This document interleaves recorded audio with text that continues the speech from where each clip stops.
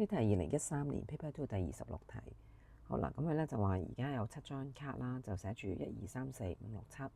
咁咧就喺裡面咧抽2張卡出嚟。咁咧就問你個 probability 咧，佢哋兩個乘埋之後咧個答案要係單數喎。好啦，咁我哋咧首先咧將上面嗰7個數字咧分開雙數單數睇先啦。好啦 ，even 咧就有2、4、6有3個啦。咁而 odd 咧就係1、3、5、7係有4個。好啦，咁而家動作咧就係由7個數字抽2個出嚟。